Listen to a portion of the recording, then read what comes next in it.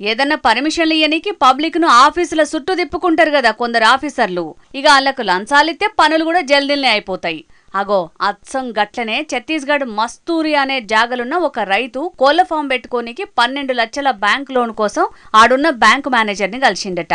ఇక loan ఇయ్యనికి 10% commission తో పాటు వారానికో దేశీ కోడిని తీసుకొచ్చి ఇయ్యాలని డిమాండ్ చేసిండట.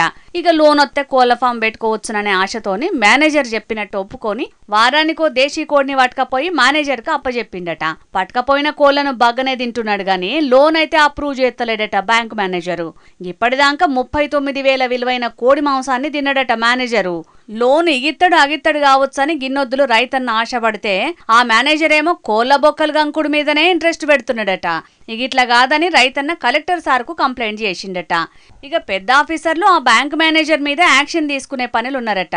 కానీ చూడుండ్రే లంచాలకు మరిగి కొందరు ఏం చేస్తున్నారో, పైసలు తీసుకునేగాక ఇట్లా కోళ్లను మేకల్ని కూడా తెమ్మని తింటున్నారంటే ఏందన్నట్టు. ఏం ఆఫీసర్లు రా నాయన అని పరేషాన్ అవుతున్నారు గీ ముచ్చట తెలిసినోళ్ళంతా.